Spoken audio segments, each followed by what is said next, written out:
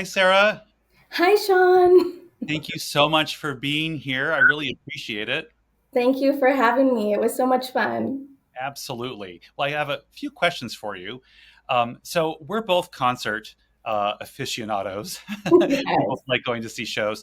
And I know how strenuous they can be. There's a lot of things that you have to kind of do for a while, right? You have to hold, either stand for a while or sit or whatever. How do you get through a concert?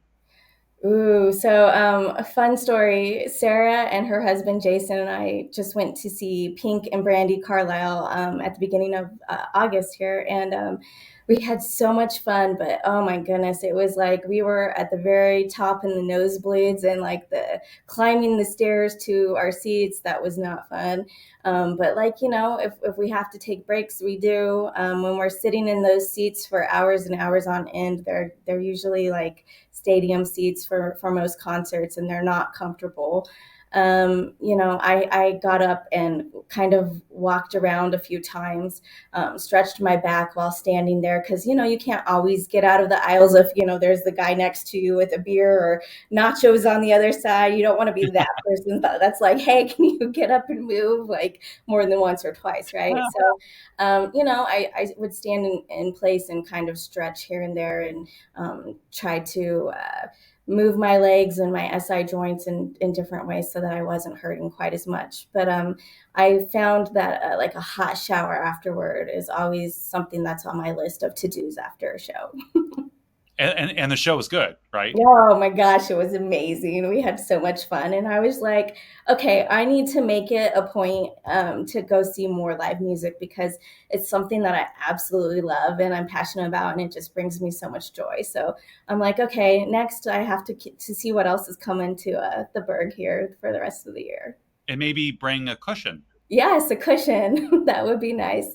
Yeah, I think, that is a good solution to, the really hard chairs if you can get away with it, for sure. So along the same line, is there an assistive device that you just use all the time that you really like that it actually has become an extension of you? Like you don't even think about it anymore. Is there something you like that? Yeah, so I use one of those grabber tools. It's got the little handle on it and a long stick-like thing, and it can help you pick up the things that fall into what I call the drop zone, right? So if it ends up on the floor, I go, can I use my grabber, or is it going to stay there for a while before somebody else can help me get it?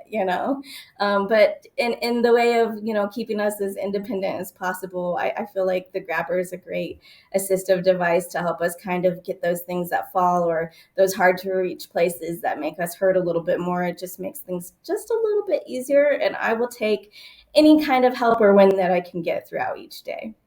I love that you say that about how help is something that's welcome. I think a lot of patients Mhm. struggle to ask for help. We've had some other stories where people have shared their tales of getting better at being the patient, getting better at asking for help. So thanks for bringing that Yeah. up. Yeah. So before I let you go, and it's been such a joy working with you on this story and getting to know you better, what is one word that you would give to someone who is newly diagnosed or someone who's been diagnosed for a long time and Yeah, had? I think this word is relevant for either. I would say just like perseverance, right? Just keep going. Like even if we have to measure things by minutes or hours or even sometimes just one day at a time, having a goal or something to look forward to that you can put on your calendar, I think that makes all the difference. And just keep going even through the pain. We know AS is so painful, but if we can use different assistive devices, or just other modalities, whether that's like therapy or friendship, even because that's what we're talking about today, just tapping into those resources and that communication with your rheumatologist, and just pushing through each day is really important. I find that in my lowest moments, if I know I can tackle something else the next day, I'm gonna keep going and make a plan to get there. Sarah, thank you so much for bringing the concept of friendship to SEA storytellers.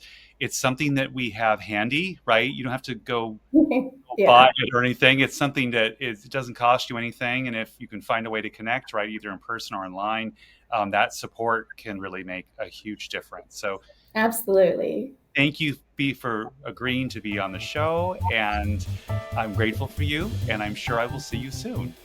Thanks, Sean. Thanks for having me. And thanks to SAA. I appreciate it.